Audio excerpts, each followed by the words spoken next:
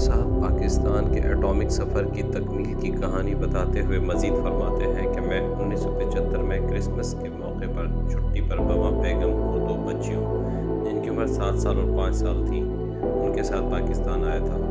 रावलपिंडी में भुट्टो साहब से मुलाकात हुई और जब उनको बताया कि 1 साल में कुछ भी काम नहीं हुआ था तो अचानक उन्होंने कहा, डॉक्टर साहब आप वापस ना जाएं, पाकिस्तान को आपकी अशद ज़रूरत है।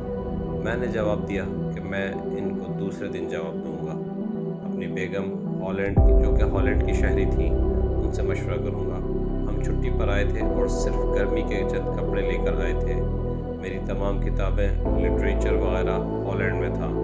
जब मैंने बेगम से इस दरख्वास्त का तज़किरा किया तो इनका पहला रिएक्शन यानी रद्द-ए-अमल ये था कि ये नामुमकिन है। मेरे पास आला मुलाज़मत है, इज़्ज़त है और जल्द ही प्रोफेसर बनने वाला हूँ। बच्चियाँ वहाँ पढ़ रही हैं और इनके ज़ईफ़ वालिदैन वहाँ हैं। मैं इनकी तबीयत से वाकिफ़ हूँ। मैंने कहा ठीक है, मैं कल इनकार कर दूँगा।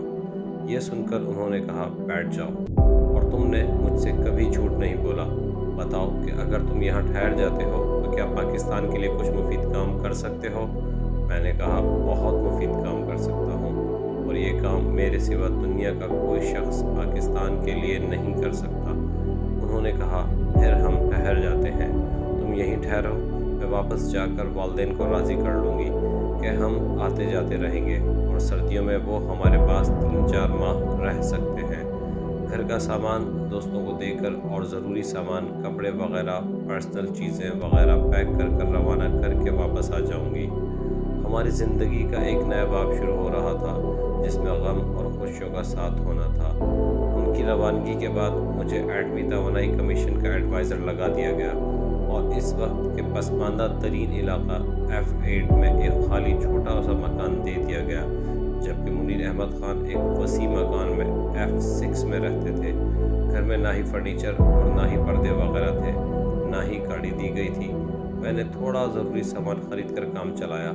इस साल बेहद सख्त सर्दी थी और बारिशों और सर्दी का सिलसिला मार्च के अवाखिर तक रहा। मैंने 2 हीटर लेकर गुजारा किया। एक सेकंड हैंड मज़दा गाड़ी 32,000 मिली।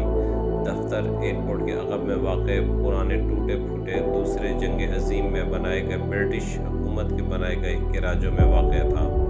वहाँ सांपों और बिच्छुओं की भरमार थी। एक पुराना कुआं था जिसके पानी में पड़ोस के घरों की गलाज़त शामिल थी और नाकाबिल इस्तेमाल था, मगर मजबूरन इसको इस्तेमाल कर रहे थे।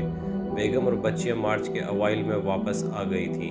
इनको खाली घर में सख्त तकालीफ का सामना करना पड़ा। बच्चों को स्कूल में दाखिल करना बड़ा मरहला था। खुशकिस्मती से F8-3 में ननों ने एक कॉन्वेंट स्कूल खोल लिया था।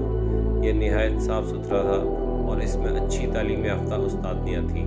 वहाँ बच्चियों को दाखिल कर दिया। सबसे बड़ा नाखुशगवार धचका जून में लगा कि मुझे 6 माह बाद 3,000 रुपये माहाना के कागजात थमा दिए गए। हम फिर भी खामोश रहे और किसी से शिकायत ना की, लेकिन काम का माहौल निहायत ख़राब था और किसी किस्म की तरक्की के इम्कानात का फक़दान था।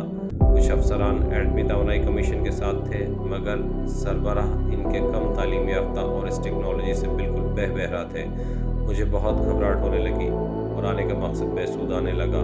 मैंने मुनीर अहमद ख़ान को ख़त लिखा कि जिस तरह हालात हैं और काम हो रहा है, इसमें यह अहम काम कभी भी पाए तकमील को ना पहुँच पाएगा और मैं इनसे मिलना चाहता हूँ। जब हफ्ता अशरा तक जवाब न आया तो मैंने इस ख़त की कॉपी के साथ भुट्टो साहब को एक ख़त लिख दिया जिसमें हक़ाइक़ बयान कर दिए और लिख दिया कि मैं इन हालात में अपना कीमती वक्त ज़ाया नहीं करना चाहता और हम वापस जाना चाहते हैं।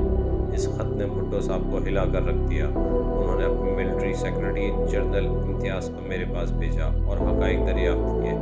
वापस जाकर भुट्टो साहब को उन्होंने ये हक़ाइक़ बताए और फिर मुझे फ़ोन किया कि वज़ीर आज़म ने कहा है कि वो 2 दिन में ये मामला हल कर देंगे। 2 दिन बाद दोपहर को मुझे आगा शाही साहब का फ़ोन आया कि शाम 5 बजे इनके दफ्तर वज़ारत ख़ारजा में मीटिंग में शिरकत के लिए आ जाऊँ।